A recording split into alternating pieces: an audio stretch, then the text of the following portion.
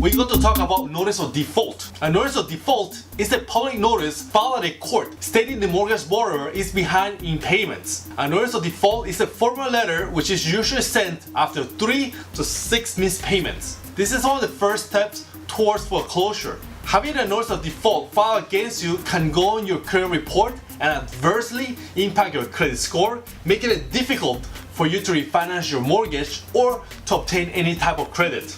Creditors will usually assume that your default means that there's a high risk of you not paying them back. As a result, it might be harder for you to take out loan, get new credit cards, or open certain bank accounts. You might also find it difficult for you to get a mortgage. Receiving a notice of default can be quite stressful, and not knowing what to do means that it will add more pressure to the situation that you're already under. There are several things this letter should include. It should include the type of agreement you have, the agreement terms that you have been broken, and what you should do in order to put the account in order, which is how much you should pay and by when, what the creditors would do if you don't comply with the request, how long you have to respond. This should be a minimum of 14 days. Actions the creditors can do. They can demand the balance in full, sell or pass the debt to a collection agency, start a court action, start proceeding the process of repossessing anything that forms part of this agreement. Now, what can you do? You can apply for a loan modification. Contact your mortgage lender immediately.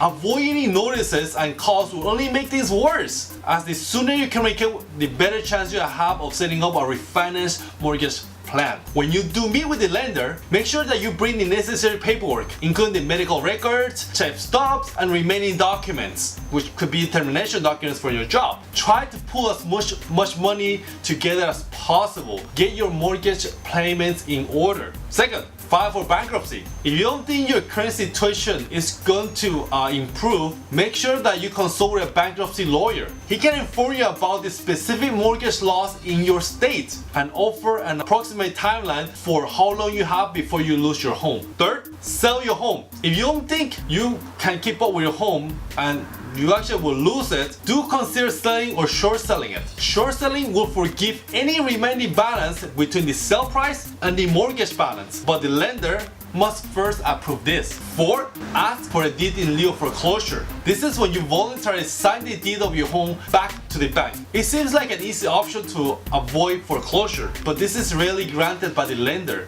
because they bear too much legal risk that the borrower can sue them later. In conclusion, facing foreclosure is no doubt very stressful, but the worst you can do is nothing. So take action, look for help, talk to professionals whenever they might be. This is Gary Yao. To learn more topics about real estate, do consider subscribe.